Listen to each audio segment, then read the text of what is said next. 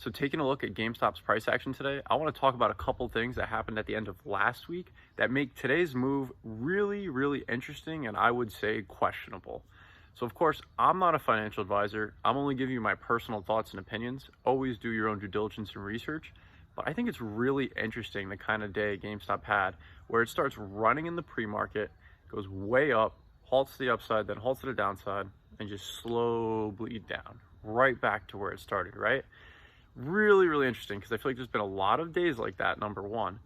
And number two, this comes after three interesting things that happened sequentially at the end of last week, which it's really interesting that all these three things happened back to back to back going into today.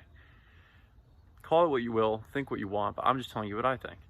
First Fidelity Post, DRS in one hand, the purple circle, and then popcorn in the other. So first of all, force associating GameStop and AMC constantly. Mainstream media absolutely loves to do that. And anybody who holds both, mostly a bot.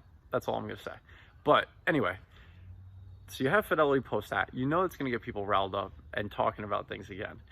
Then you have the next day, Ortex has this glitch or all the data spikes and all this comes out, right? And of course, people are going to be talking about that and speculating in many different ways. Ortex responds to it. Ortex tried to go to super stonk the day before. A lot of interesting things people start talking about and putting together. Then you have Friday. S3 comes out and says, if GameStop were to go over $30, things are looking parabolic. Like, when has anyone ever told the truth about GameStop stock in the mainstream media? Like, took that with such a grain of salt. I just thought, great. If it does, great. If not, okay, I'm back to holding. I like the stock. And when you see those things happen, 1, 2, 3, you build the sentiment up. Everyone starts talking about it. It seems that way, right? And then you put a price in people's mind where, oh, if it goes above that, where to me, that strategy was orchestrated because individuals who are invested in GameStop, a lot of them believe, I mean, if not all of them, in the mother of all short squeezes and the massive underlying short interest and massive, massive, massive upside. So for that reason, when you say like parabolic over $30, of course, you're going to make people try and associate that. And then the people who aren't invested in GameStop, what do? Seeing all that coming in, oh, this is what these people have been talking about, this and that. And then, oh, now's the time to YOLO into calls. I've seen this price action before. I've seen how this goes with GameStop. It always does this once in a while. Let me get into some calls first thing in the morning. It's going to be a crazy week.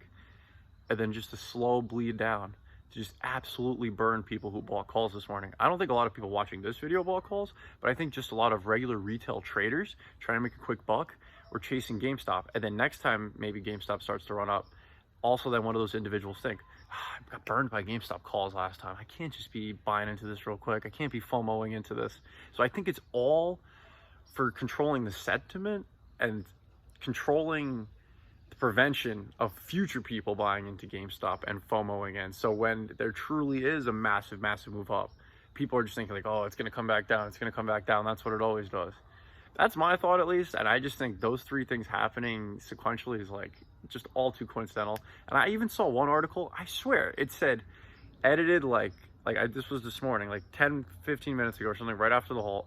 But it said posted like 13 hours ago. And it's like, how'd you know that on Sunday night? Whoever whatever silly thing that writes those GameStop articles, it wasn't Motley Fool, it was one of those other clown shows.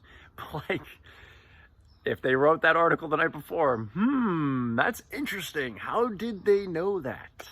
And even if they didn't write that article the night before, it's like, look at the other three things. The Fidelity LinkedIn post trolling people with the Halloween costume, the Ortex glitch or data spike, whatever you want to call it, I don't know. And then S3 coming out being like, $30 and above, parabolic. It's just all too coincidental for me.